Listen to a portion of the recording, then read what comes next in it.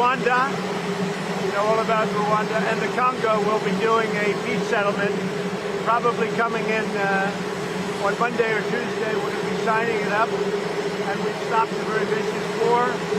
So that was an honor for me to be involved. I want to thank J.D. Vance for a great job, and also our Secretary of State, Marco Rubio, has done a fantastic job. So Rwanda, long-term war with the Congo, a very bloody war. They're all bloody, but this was a really bloody one. He's going to be making peace with Congo, and they can get on to making trade deals with the United States and other places and have a much more normal form of life. We're very honored by that.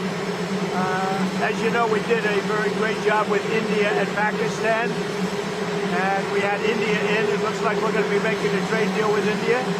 And we had Pakistan in. It looks like we're going to be making a trade deal with Pakistan. And it's a beautiful thing to watch. Serbia, Kosovo, likewise, they've been fighting for years, and as you know, we brought that one to a conclusion. And now we have a couple of big ones. We have Russia, Ukraine, which is making a little bit of progress, and we have Israel, and nobody really knows what that one is all about. We're going to find out pretty soon, I guess. The Iranian foreign minister this afternoon said if the U.S. is serious about negotiations, that you would call up Israel and request that they stop their airstrikes. Will you make that request? Well, I think it's very hard to make that request right now. If somebody's winning, it's a little bit harder to do than if somebody's losing. But we're ready, willing, and able, and we've been speaking to Iran, and we'll see what happens. Mr. President, what was the thought process behind 2-week timetable? Just time to see whether or not people come to their senses. Did the Europeans help at all in talking with the Iranians? No, they didn't help. No. Iran doesn't want to speak to Europe. They want to speak to us. Europe is not going to be able to help in this. 20 years ago, you were skeptical of the Republican administration that attacked the Middle East country on the idea of questionable intelligence of weapons of mass destruction. How is this moment different with Iran? Well, there were no weapons of mass destruction. I never thought there were. And that was somewhat pre-nuclear. You know, there was a nuclear age, but nothing like it is today. And it looked like I'm right about the material that they've gathered already. It's a tremendous amount of material. And I think within a matter of weeks, or certainly within a matter of months, they're going to be able to have a nuclear weapon. We can't let that happen.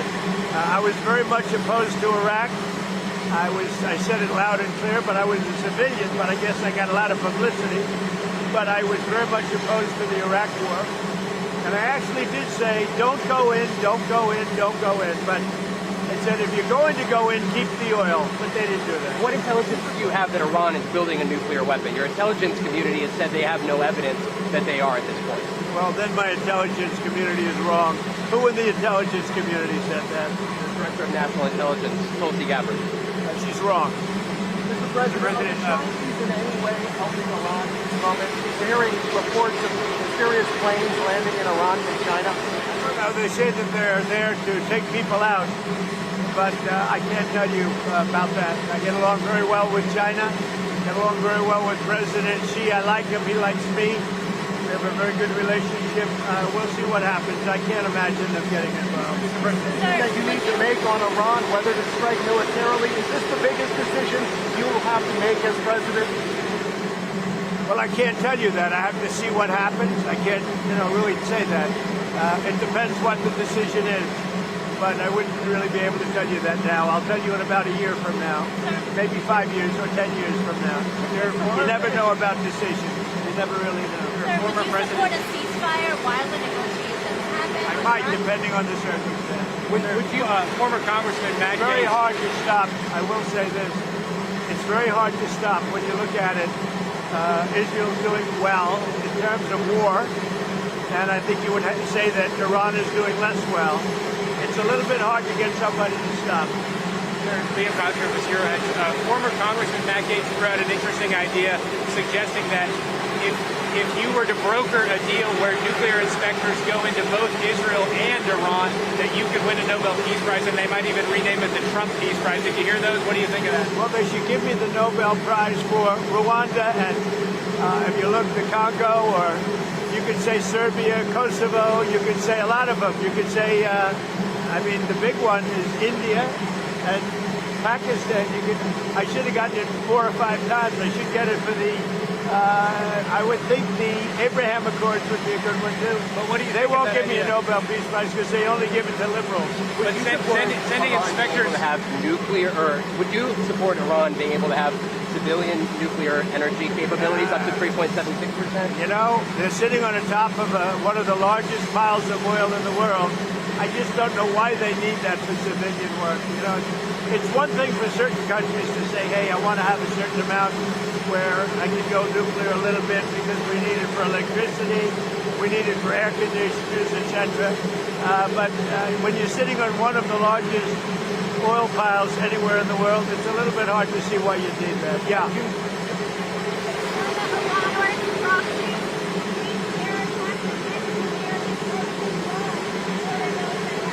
We're always concerned about that, and we have to take them out and be very strong.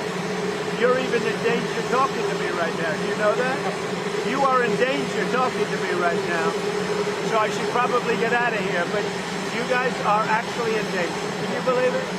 One more question on Russia. What was your expectation that NATO countries spend 5% of their defense spending? Well, I think they should do that. I don't think we should, but I think they should. We've been supporting NATO so long. In many cases, I believe paying almost 100% the cost. So I don't think we should, but I think that the NATO countries should, absolutely. What, like Spain decides not to? Well, NATO's going to have to deal with Spain. Spain's been a very low payer. They were always a very low payer. They were either good negotiators or they weren't doing the right thing. I mean, I think Spain has to pay what everybody else has to pay. Spain has been notorious for low pay. You know who else was the low payer? Just about the lowest? A place called Canada. Because Canada said, why should we pay when the United States will protect us free? And they've been right about that. on Russia, Ukraine, you've been making progress towards a peace deal, but I don't know if you know this, but Lindsey Graham and Mike Pompeo were there on the ground in Ukraine, seemingly doing the opposite, trying to provoke the Ukrainians to keep fighting. What do you think of that? Well, we're going to see, and people have to be very careful with what they say.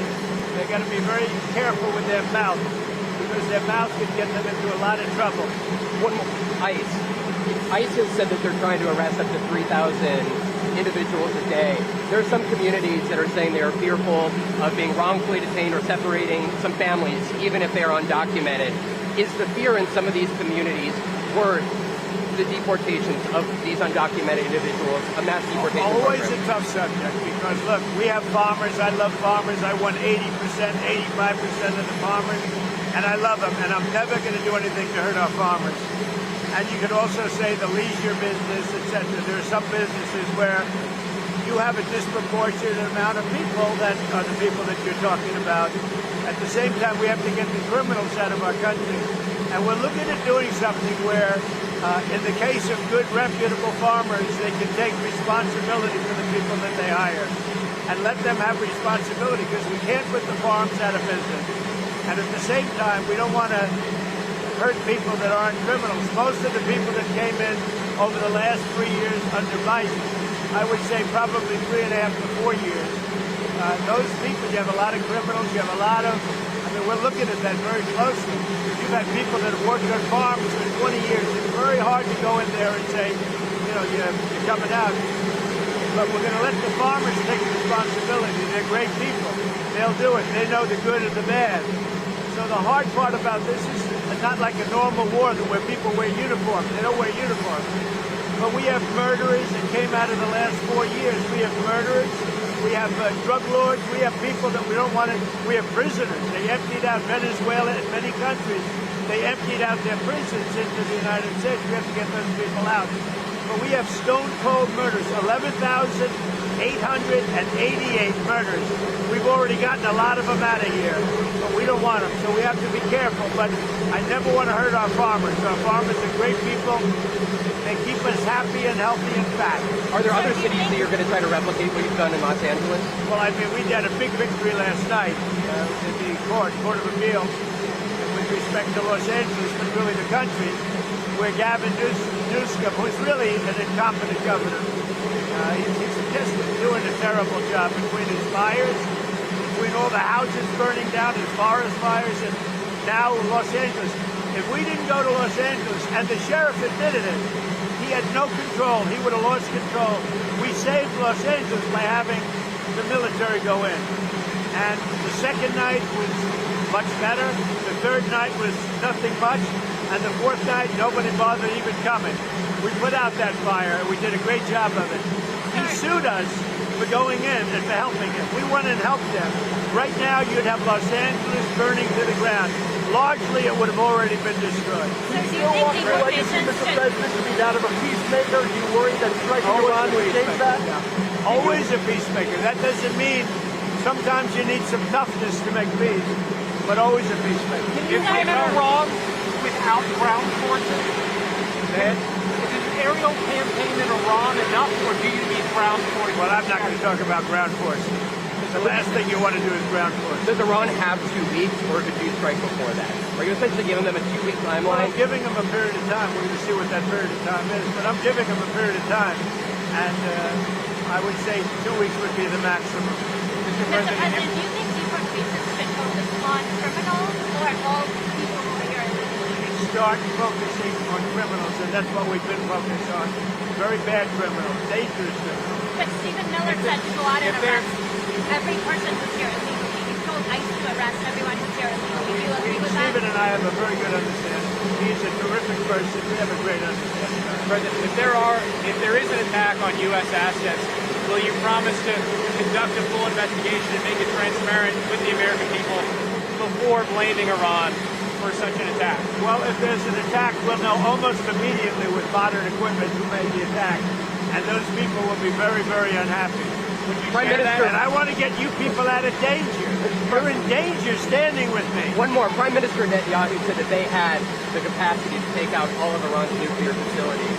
So what role would the U.S. be able to play, and why would they, if Israel says that they have all of the ability? Well, I'm not sure he said that, but they really have a very limited capacity. They can break through a little section, but they can't go down very deep.